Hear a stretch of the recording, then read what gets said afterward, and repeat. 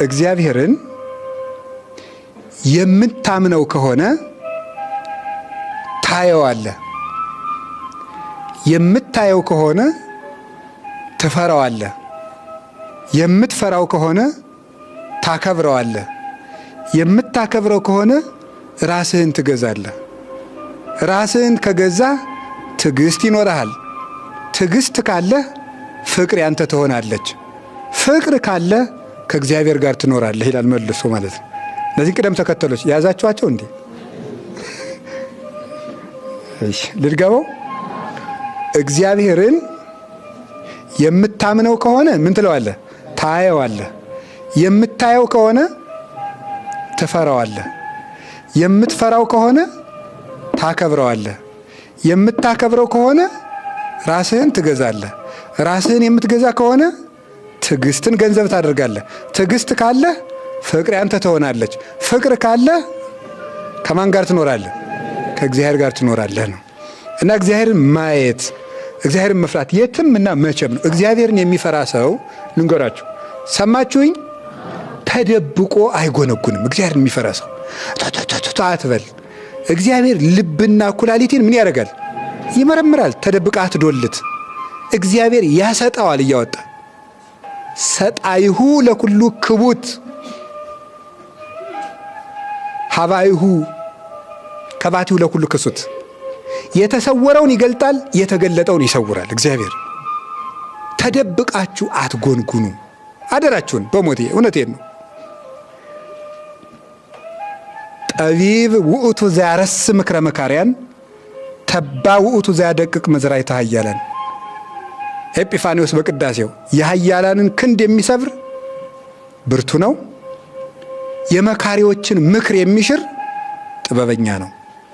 ምክራችን ሰኞ መክረ ነው ረቡዕ ሲሻር ላናየው እንችላለን።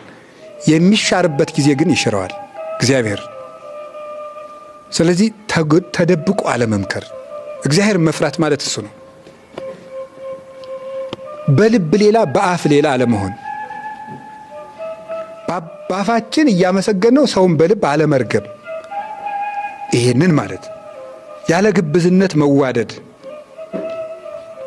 ክፋት የሌለው ማለት ነው። ይሄ ፈሪሃ እግዚአብሔር ይባላል። እግዚአብሔር ያየኛል ማለት ነው።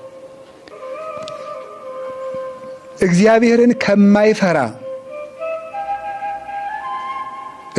ከማይፈራ አስመሳይ ጻድቅ እግዚአብሔርን የሚፈራ ኃጢአተኛ ይሻላል። እርግጠኛ ሆኜ ነው የምነግራችሁ።